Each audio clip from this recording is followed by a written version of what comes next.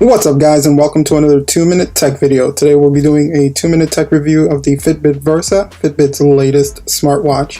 If you enjoyed the video, don't forget to hit that subscribe button down at the bottom and also share your thoughts in the comments down below. Let's get started. So in this review, I'm going to give you what I liked, what I didn't like, and also a verdict of whether you should buy the watch or not. I'll actually give you the verdict up front. The watch is a pretty good watch. I think it's worth the money. Some of the things I really liked about the watch was the design itself. You can see that it's a square face. I'm not into square face watches, but I think Fitbit did a great job with the particular designs of this watch. The buttons are very clickable. The bands are actually extremely flexible and they are replaceable.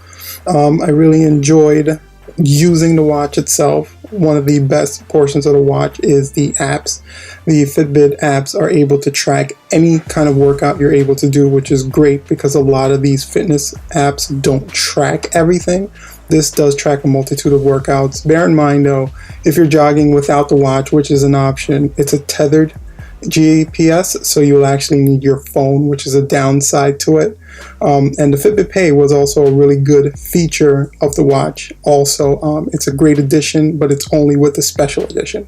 One of the things I didn't like about the watch was the weight. It really felt like a toy, felt really cheap at times when you had it on your wrist. Going back and forth between the menus can be a little bit jittery as well. Going in and out of the apps can also be a little bit jittery.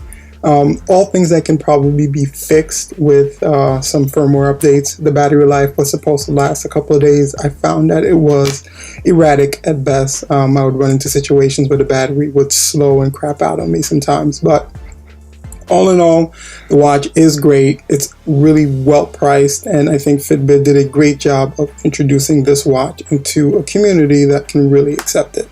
That's going to do it for our quick review of the Fitbit Versa. If you enjoyed the video, don't forget to hit that subscribe button down at the bottom and also share your thoughts on the Fitbit Versa if you have one. If you're currently using one, we'd like to know.